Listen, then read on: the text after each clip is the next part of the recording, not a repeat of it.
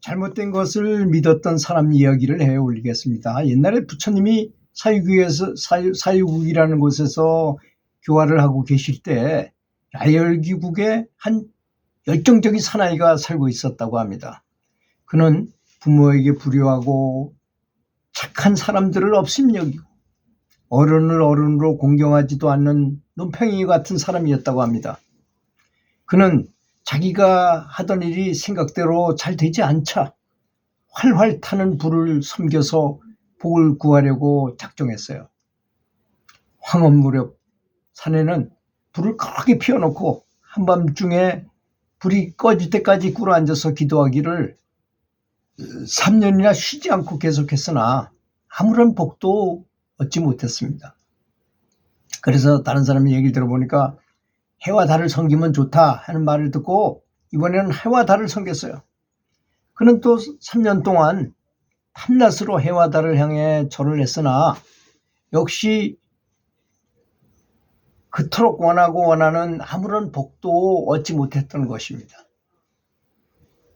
마지막으로 산에는 천신을 섬기면서 향을 피우고 갖가지 맛있는 음식과 술을 차려놓고 돼지하고 양을 수없이 잡아서 제사상에 올려놓고 절을 했습니다. 그렇게 하느라고 자신이 가진 모든 재산이 다 제사 비용으로 다 탕진돼 버렸어요.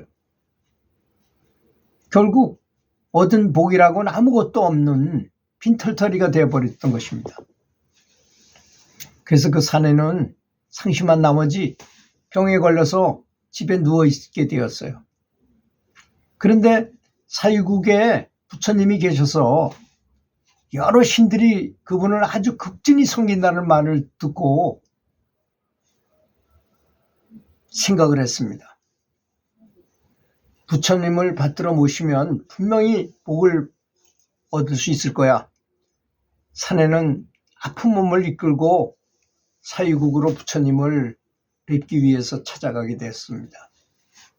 그래서 천신만고 그때 아픈 몸을 이끌고 힘들게 그 사유국에 부처님이 계시는 절 문 앞에 이르러서 부처님을 바라보니까 얼굴빛이 마치 밤하늘의 별 가운데 떠있는 달과 같다는 것입니다. 그렇게 환하게 보이셨다. 32인상을 가지고 계셨으니까 그러셨겠죠. 그는 환희심이 일어서 즉시 땅에 엎드려서 진심으로 절을 하면서 말씀을 드렸습니다. 부처님, 저는 미련해서 이 세상에 부처님이 계신 줄도 모르고 불과 해와 달 그리고 천신을 무려 9년 동안 섬기면서 무던히 애썼습니다. 하지만 아무것도 복을 얻을 수 없었고 오히려 이렇게 병만 들었습니다. 그래서 지금은 목숨마저 오늘 내일 하는 실정입니다. 부처님은 사람과 신들을 제도하시는 대스승이라는 말을 듣고 일부러 이 아픈 몸을 이끌고 먼 길을 달려와서 귀의하고자 하노니 부디 복을 내려주시옵소서 하고 부처님께서 말씀을 드렸어요. 부처님께서 말씀을 하셨습니다. 그대가 그동안 섬긴 것은 모두 요사스러운 귀신이 아니면 헛개비에 불과한 정말로 아무짝에 쓸모없는 것들이었던 것이다. 거기에 빌고 제사하기를 9년이나 하였으니 복을 받기는커녕 오히려 그 죄는 아주 깊은 큰 바다와 같이 큰 것이다. 살생을 해서 복을 구하고자 하면 복은 저 멀리로 달아나 버린다. 오히려 그렇지 않겠느냐. 죽인 것을 갖다 제사상에다 얹어놓고 한다고 그래서 그것이 복을 받겠느냐. 오히려 원한만 많이 쌓이지 않겠느냐.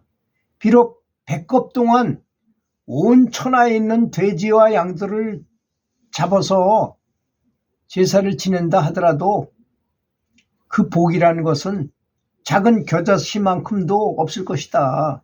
손톱만큼도 없을 것이다. 오히려 그대가 지은 죄는 수미산같이 높고 많은 것일 것이다. 또 공연히 재물만 낭비하는 것이니 그처럼 어리석은 게 이 세상에 또 어디 있겠는가. 또 너는 평소 부모에게 불선하고 착한 사람들을 그렇게 못되게 업신여기고 나이 많은 어른들을 공경하지 않았으며 잘난 척하고 살아서 죄만 날로 깊어만 직원을 무슨 인연으로 복을 얻을 수 있겠단 말이냐. 그렇지 않느냐? 예, 맞습니다. 참여합니다.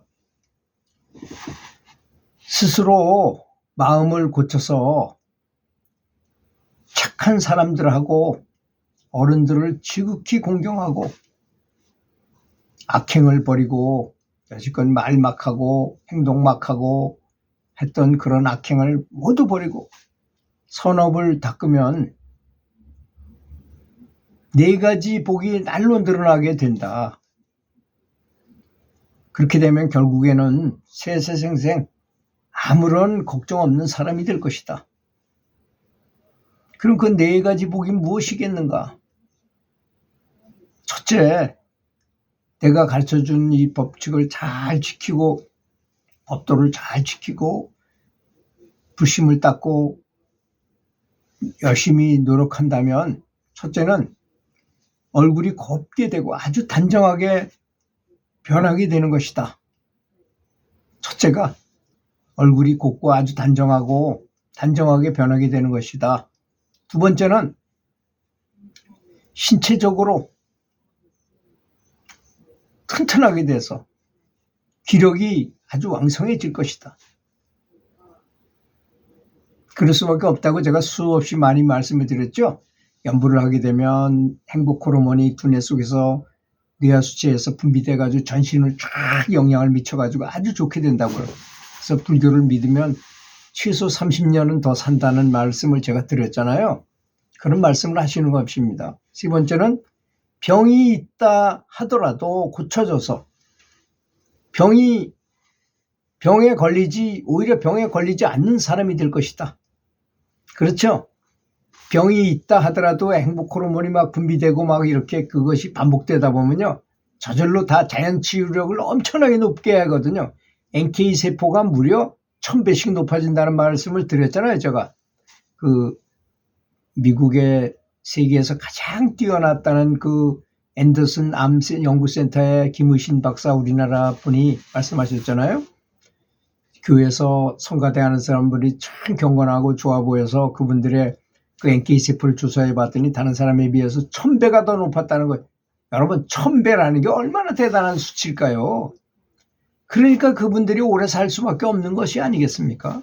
병이 있더라도 고쳐지고 또 병이 안 걸리게 되는 건 당연한 거죠. NK세포가 그렇게 1000배나 더 많은데 그렇게 변한다 그래서 물론 불교고 불교를 믿었던 부처님을 그렇게 존중하면서 그런 얘기를 듣고 거기 가서 그렇게 열심히 믿는 사람이야 그 교회에서 찬송하는 것보다 더 열심히 하는 사람이 되지 않겠습니까? NK세포가 더 많이 분비되는 경우가 되지 않겠습니까? 네 번째는 무엇이냐? 수명이 닿도록 장수하게 되고 비명 행사하는 일이 없을 것이다 그러셨어요.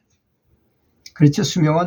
내가 수명이 70까지 살면 양불 열심히 하게 되면 30년 더 사는 게 100살 살 수 있다 이런 말씀을 제가 드렸잖아요. 이건 제 말씀입니다. 부처님 말씀이 아니고 수명이 닿도록 장수할 것이며 비명 행사하는 일은 없을. 왜냐? 항상 연불하고 항상 수행하는 사람은 천신이 항상 수호하기 때문에 그런 예가 너무나 많잖아요. 저 낙수집에 같은 사람이 유리창이 떨어지면 그냥 그 자리에 떨어지면 즉사예요. 그건 유리창이 엄청 큰 유리창이 한꺼번에 통심이로 떨어지는데 근데 자기 옆으로 오면 그대로 떨어질 것 같은데 옆에 딱딱 떨어졌다는 거 아닙니까? 그렇게 또 더 놀라운 거는 6.25 때 총을 쐈는데 아줌마한테 총을 쐈는데 그 아주머니가 관세음보살을 계속 외우니까 총알이 다 여기 치마에 다 떨어졌더라는 거 아닙니까? 치마에 떨어질 수가 없잖아요. 어떻게 총알이 그렇게 떨어져. 그런데 관세음보살을 불렀더니 그렇게 떨어뜨려가지고 다 치마에 수북하게 쌓여있다는 말씀을 들어보면 확실히 비명행사하는 일이 없다는 것입니다. 내가 가르쳐주는 이 진리를 제대로 행해서 방일하지 않으면 마침내 복을 받는 것은 물론 도까지 얻을 수 있느니라 하고 말씀을 하셨다는 것입니다. 들어주셔서 감사합니다.